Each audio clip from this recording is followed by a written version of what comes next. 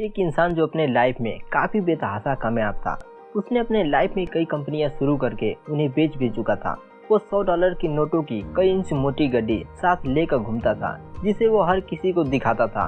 फिर चाहे कोई इंसान देखना चाहते हो या फिर नहीं, वो बिना किसी रेफरेंस के अपनी धन संपत्ति की खुलकर डींगे मारता, खासकर तब जब वो नशे में धुत होता। ऑथर बताते हैं कि एक दिन उनके कलीग को कई $1000 की रकम दी और कहा कि गली में जो जवाहरात की दुकान है वहाँ जाओ और $1000 के कुछ सोने के सिक्के लेकर आओ। 1 घंटे बाद हाथ में सोने के सिक्के लिए वह कार्यकारी और उसके दोस्त एक डाक के चारों तरफ इकट्ठा हो गए, जो प्रशांत महासागर के सामने था। फिर उन्होंने उन सिक्कों को कंकड़ों की तरह उछालते और किसका सिक्का सबसे दूर गया इस बात पर बहस करते और मजे करते, सिर्फ मनोरंजन के लिए। कुछ दिनों बाद उसने होटल के रेस्तरां में एक लैंप तोड़ दिया। एक मैनेजर ने उससे कहा कि वह $500 का लैंप था और उसे उसकी भरपाई करनी होगी। तुम्हें $500 चाहिए? कार्यकारी ने अविश्वास पूर्वक पूछा और जेब से नोटों की एक गड्डी निकालकर मैनेजर को देते हुए कहा, ये रहे $5000। अब मेरे सामने से दफा हो जाओ और फिर कभी भी दोबारा इस तरह मेरी बेइज्जती मत करना। आप सोच सकते होंगे कि आखिर इस तरह का व्यवहार कब तक चल सकता था, और इसका जवाब है ज्यादा दिन नहीं। और फाइनली वह दिवालिया हो गया। For important lesson from the book The Psychology of Money.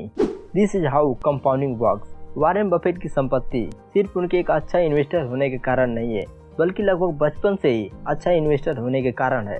Warren Buffett की $84.5 बिलियन की नेट एसेट में से $81.5 बिलियन उनके 65वें जन्मदिन के बाद आई।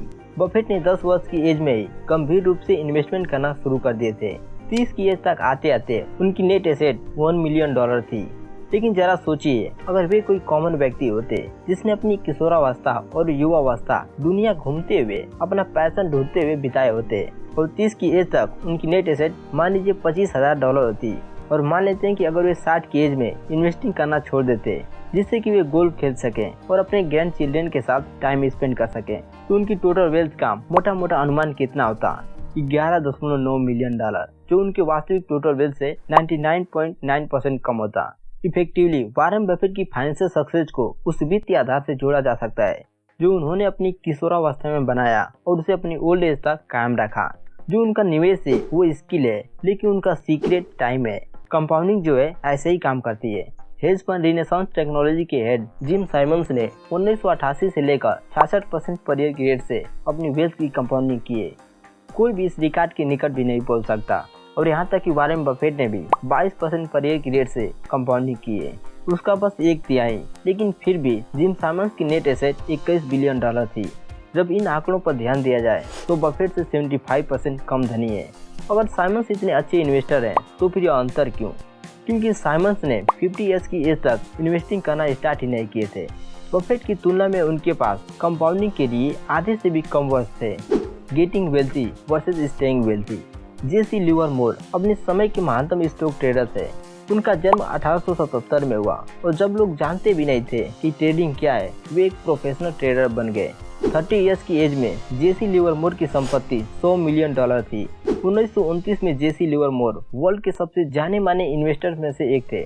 उस ईयर स्टॉक मार्केट में आई गिरावट जिसने महामंदी की शुरुआत की।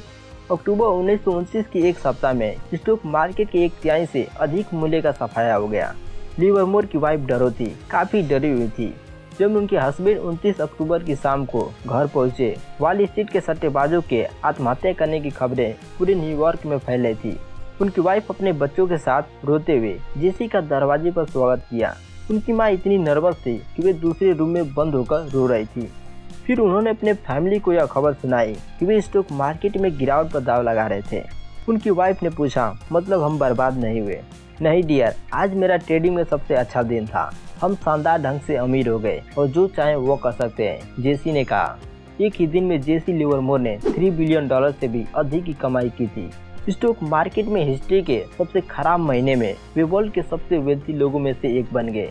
जब लिवरमोर का फैमिली अद्भुत सफलता का जश्न मना रहा था, उसी दिन एक दूसरा व्यक्ति निराशा में वॉल स्ट्रीट की गलियों में भटक रहा था। अब्राहम जर्मास्की एक करोड़पति रियल एस्टेट निर्माता थे, जिन्होंने 1920 के तूफानी दशक में काफी समृद्धि प्राप्त की। जैसे ही अर्थव्यवस्था तेजी से बढ़ी, उन्होंने स्टॉक मार्केट की बढ़ती कीमत पर जमकर दाव लगाया, और फिर हुआ क्या, वो अपना सब कुछ गवा बैठे। यहाँ पर हम एक अंतर देख सकते हैं। अक्टूबर 1929 की गिरावट ने जेसी लिवरमोर को वर्ल्ड के सबसे वेल्थी लोगों में से एक बना दिया। वहीं इसने अब्राहम जन्मास्की को बर्बाद कर दिया और उनकी जान भी ले ली। लेकिन 4 साल आगे बढ़े तो इनकी स्टोरी फिर एक दूसरे से टकराती है। अपने 1929 के व्यवसाय के बाद लिवरमोर ने अधिक आत्मविश्वास से और बड़े से बड़ा इन्वेस्टमेंट किया। यह उनके सर से ऊपर चला गया और वे बढ़ते कर्ज में डूब गए और फिर स्टॉक मार्केट में सब कुछ गंवा बैठे और आखिर में उनका रास्ता भी तय हो चुका था। लिवरमोर ने भी अंत में अपनी जान ले ली। समय अलग अलग था, लेकिन जन्मास्की और लिवरमोर में एक सिमिलरिटी थी। वे दोनों वेल्थी बनने में बहुत अच्छे थे और वेल्थी बने रहने में उतने ही खराब। पैसा पाना और उसे बनाए रखना एकदम से अलग चीजें हैं और इनके लिए बिल्कुल अलग माइंडसेट और स्ट्रैटेजी चाहिए। पैसा बनाने के लिए रिस्क लेने की जरूरत होती है, पॉजिटिव बने रहने की और खुद को उसमें झोंक देने की। और वहीं इसे बनाए रखने के लिए ठीक इसके अपोजिट विनम्रता रखने की जरूरत होती है और ये डर भी कि जो आपने कमाया है वो बहुत जल्दी आपके हाथ से निकल भी सकता है। Wealth is what you can not see. पैसा खर्च करके लोगों को दिखाना कि आपके पास कितना पैसा है, यह पैसे कम करने का सबसे तेज तरीका है। अगर आप एक फरारी को सामने से गुजरते हुए देखते हैं, आप स्वाभाविक रूप से सोचेंगे कि इस कार का मालिक अमीर है, तब भी जब आप उन पर ज्यादा ध्यान न दे रहे हो। लेकिन ऑथर बताते हैं कि जब इन्होंने कुछ लोगों को स्टडी किया तब इन्हें पता चला कि ऐसा नहीं है। इनमें से काफी लोग औसत रूप से सक्सेसफुल थे, जिन्होंने अपनी इनकम का एक बड़ा हिस्सा कार पे स्पेंड किया था। ज्यादातर लोग जब यह कहते हैं वे एक मिलियनेयर बनना चाहते हैं, असल में उनके कहने का मतलब यह होता है कि वे $1 मिलियन खर्च करना चाहते हैं और यह मिलियनेयर होने का ठीक विपरीत है। इन्वेस्टर विल मैथ ने एक बार लिखा, अमीर महसूस करने का इससे आसान तरीका कोई नहीं कि बढ़िया चीज़ों पर बहुत सा पैसा खर्च किया जाए, लेकिन अमीर बनने का तरीका यह है कि आप वह पैसा खर्च करें जो आपके पास है, न कि वह पैसा जो आपके पास है ही नहीं।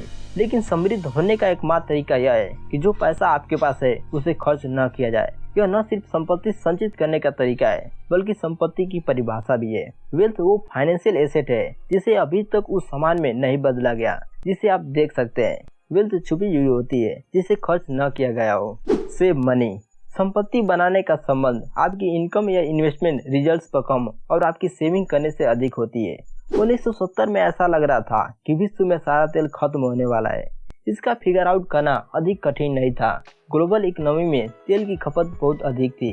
ग्लोबल इकोनॉमी विकसित हो रही थी और जितना तेल खुदाई करके निकाला जा रहा था वो कम पड़ रहा था। शुक्र है कि तेल खत्म नहीं हुआ, लेकिन ऐसा इसलिए नहीं कि अधिक तेल मिल गया या फिर तेल की खुदाई बेहतर ढंग से होने लगी।